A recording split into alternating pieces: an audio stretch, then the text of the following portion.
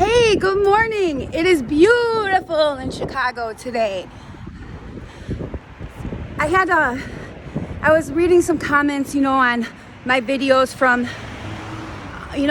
women that are going, have been through the same thing as I, and, just the positive message that they give back to me and, or say that I've helped them. When I was in my addiction, I felt like I was nobody. I felt horrible. I felt sad. I felt that the world hated me. I knew when I walked away from people that they were talking bad about me. And that's like, it puts your confidence level down so low, because you can do better. So when I hear people saying like, I like to be around her now, she's got a great message to share. And, that makes me, I feel so good about myself in a positive way. And that's what recovery gives you. It gives you a stance on life. It gives you a reason to wake up, a reason to be productive and happy and lovable. It gives you a reason to, how you can love your children. When you're using it, it takes away off feeling. It takes all away off feeling of self. And if you don't love yourself, how could you give love to anybody else? I know you love your children. I know you do. But when that drug gets in your system, no matter what it is, and it can be gambling, it could be sex, it could be heroin, it could be alcohol, whatever it is that is taking over your life gets in your system, you become a slave to it. It's so sad, but it's true. We know it. We've been there, or you're going through it right now. You don't have to be a slave anymore. You don't have to touch that shit ever again if you choose not to. No one is taking your hand and making you put it to your mouth, or making you watch it, or making you spend it. You have the complete power to stop. And you can stop today. This is what the ladies are here for. This is what the group is here for. Even men, anyone that is in recovery is here to help you and give you a guiding hand into becoming something better. Hi, puppy. Becoming something better. You want to walk away from people now saying, hey, I like her. I like to be around her. I don't have to hide my purse.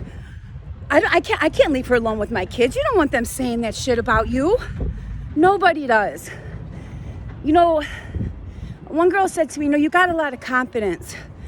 Let me tell you, I couldn't walk down the street with my head held up. Towards the end of my addiction, I was a lost soul with no heart, no feelings, just trying to get one more. And I will never, ever be like that again, ever. Once you take your power back, you got to keep it. You got to keep it so close to you. You got to nurture it, because you know that devil inside you. You've seen her. You've seen what she does. She will come out and destroy everything that you ever loved, everything that you've ever had, and everything that you ever wanted to be. She will take it all away from you. And the messed up thing is that we feed her. We are feeding her every time, we'll just say that demon is out and you're putting that drug or whatever it is in your system, you're feeding her. And she is full. If you're in your addiction right now, she is full. She is fat and plump, and she is taking everything you ever loved, and she's eating it. You're feeding, and the thing is that you are feeding her. You got to stop feeding this beast. You got to take your life back in your hands, and you've got to do this. These babies need you. Your children need you. Yeah, I'm talking to you.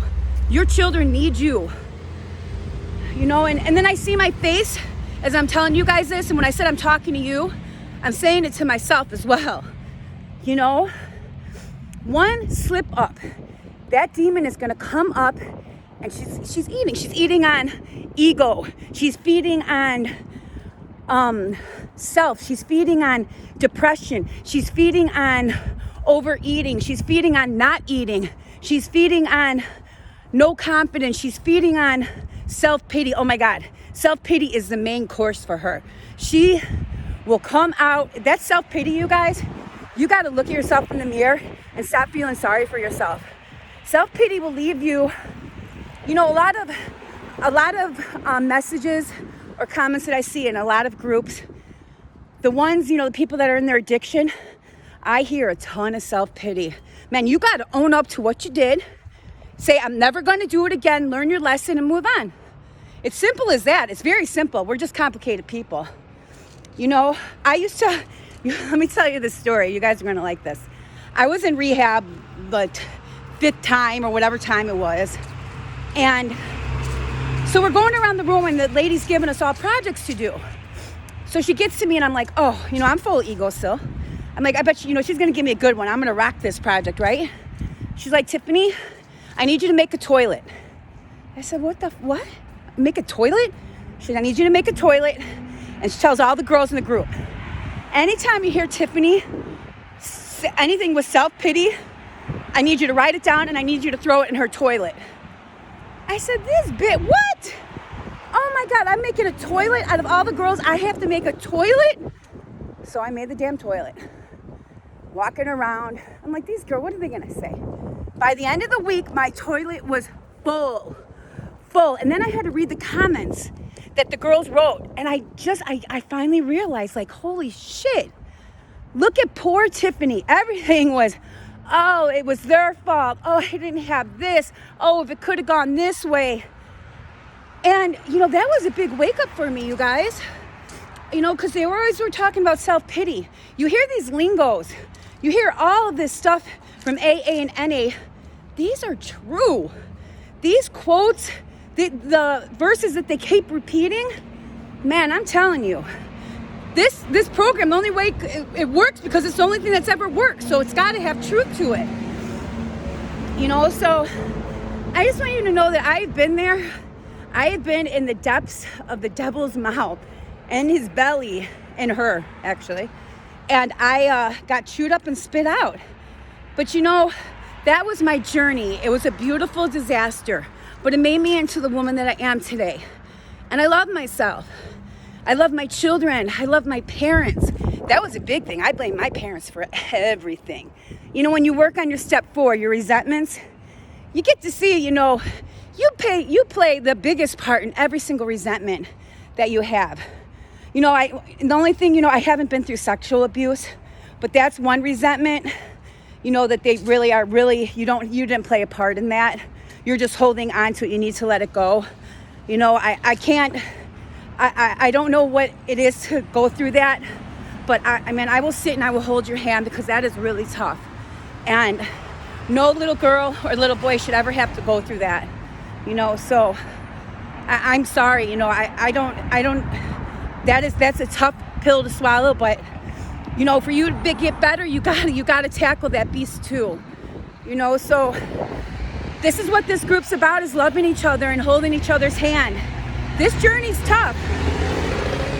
Oh, it's a tough journey, but it's beautiful.